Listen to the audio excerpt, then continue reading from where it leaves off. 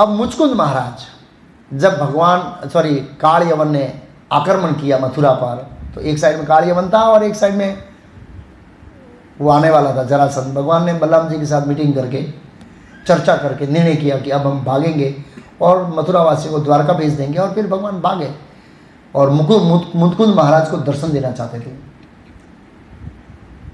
मुचकुंद महाराज भगवान के भक्त थे और उन्होंने भगवान के साक्षात दर्शन और संग की लालसा किया था, इच्छा किया था।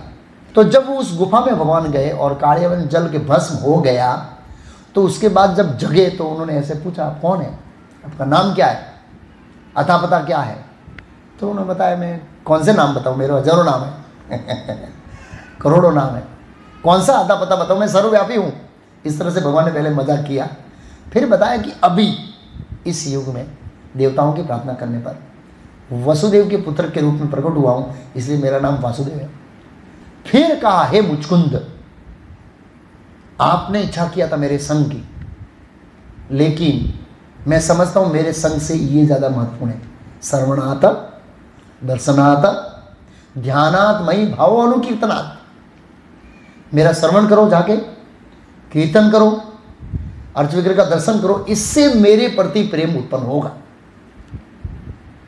और हम देखते हैं माता रुक्मिणी जी ने भगवान कृष्ण के बारे में श्रवण किया था, इसलिए उनसे अनुराग उत्पन्न हो गया।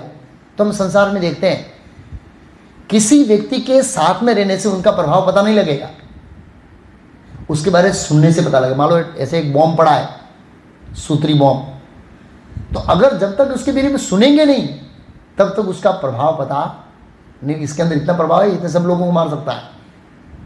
आप समझे मेरा पॉइंट? उसका प्रभाव पता नहीं लगेगा कोई चीज़ के बारे में जब तक हम सुनेंगे नहीं तो प्रभाव।